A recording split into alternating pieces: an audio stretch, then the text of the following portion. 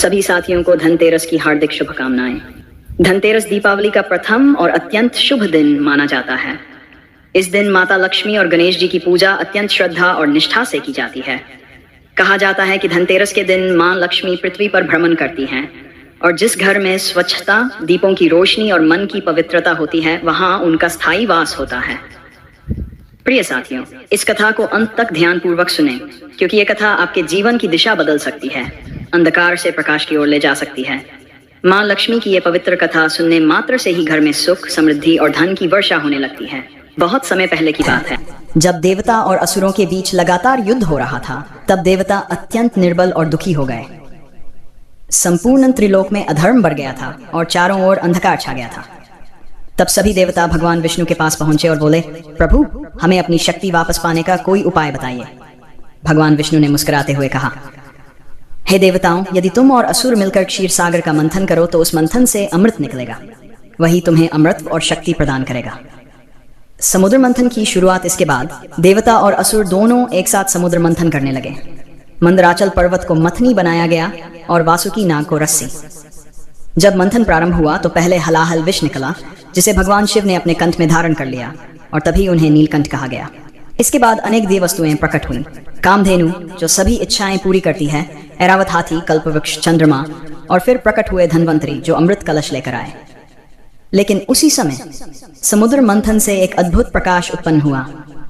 उस प्रकाश से एक दिव्य रूप वाली देवी प्रकट हुई, जिनके 4 हाथ थे, कमल समान नेत्र, और जिनके हाथों में कमल का पुष्प सुशोभित था। उनके प्रकट होते ही चारों ओर सुगंध, प्रकाश और आनंद फैल गया। वह थी माता लक्ष्मी, धन, सौभाग्य और समृद्धि की अधिष्ठात्री देवी। सभी देवता उनके दिव्य स्वरूप को देखकर मोहित हो गए। वे स्वर्गलोक में चली गई और भगवान विष्णु के चरणों में जाकर बोली, प्रभु, मैं आपके साथ रहना चाहती हूँ। जब तक आप जहाँ रहेंगे वहीं मैं भी वास करूंगी। भगवान विष्णु ने उन्हें अपनी अर्धांगिनी के रूप में स्वीकार किया। तभी से माता लक्ष्मी विष्णु भगवान के हृदय में वास करती हैं। दीपावली का कारण कहा जाता है कि माता लक्ष्मी का यह प्रकट होने का दिन कार्तिक मास की अमावस्या का था, इसलिए इस दिन को दीपावली के रूप में मनाया जाता है। लोग अपने घरों को दीपों से सजाते हैं ताकि माता लक्ष्मी का स्वागत किया जा सके। शास्त्रों में लिखा है कि जहां स्वच्छता, प्रकाश और शांति होती है, वहीं माता लक्ष्मी का स्थायी वास होता है।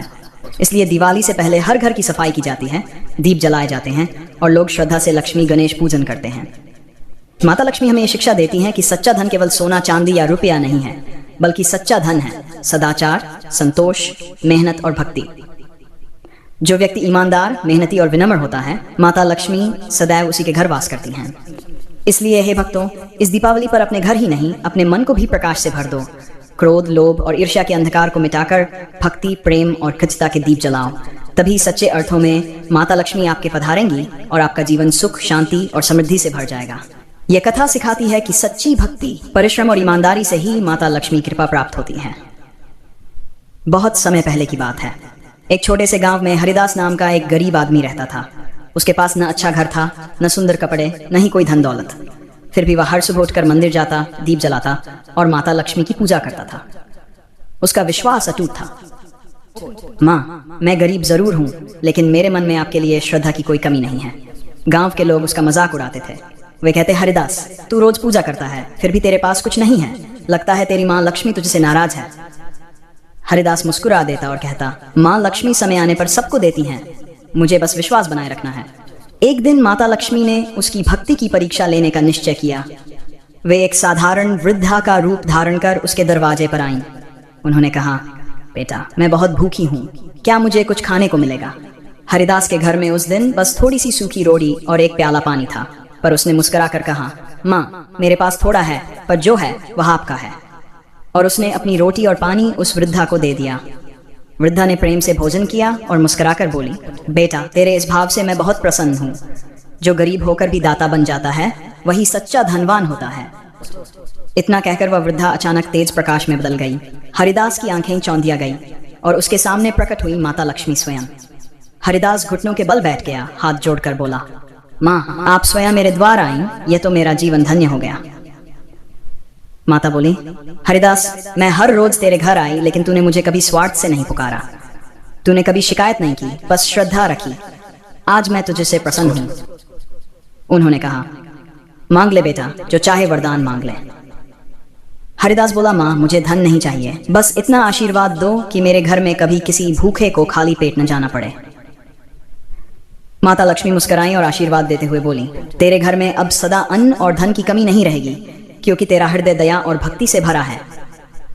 इतना कहकर माता अंतर्धान हो गई। चमत्कार हुआ। हरिदास के घर के कोने में रखा पुराना मिट्टी का घड़ा अचानक सोने के सिक्कों से भर गया। उसका घर रोशनी से जगमगा उठा। लेकिन हरिदास ने कभी उस धन का घमंड नहीं किया। वह रोज मंदिर जाता, दीप जलाता और जरूरतमंदों की मदद करता रहा। गांव के लोग जो कभी उसका मजाक उड़ाते थे, अब कहते थे, सच्चा भक्त वही है जो बिना स्वार्थ के भगवान में विश्वास रखे। इस कथा से हमें ये सीख मिलती है कि श्रद्धा और सच्चे मन से की गई पूजा कभी व्यर्थ नहीं जाती। सच्चा धन वह नहीं जो तिजोरी में हो, बल्कि वह है जो दूसरों के काम आए। और जो अपने पास के थोड़ा भी प्रेम पूर्वक बांट देता है, वही माँ लक्ष्मी का सच्चा प्रिय होता है। जय माँ लक्ष्मी। माता आपके जीवन में सुख, शांति और समृद्धि का प्रकाश फैलाएं।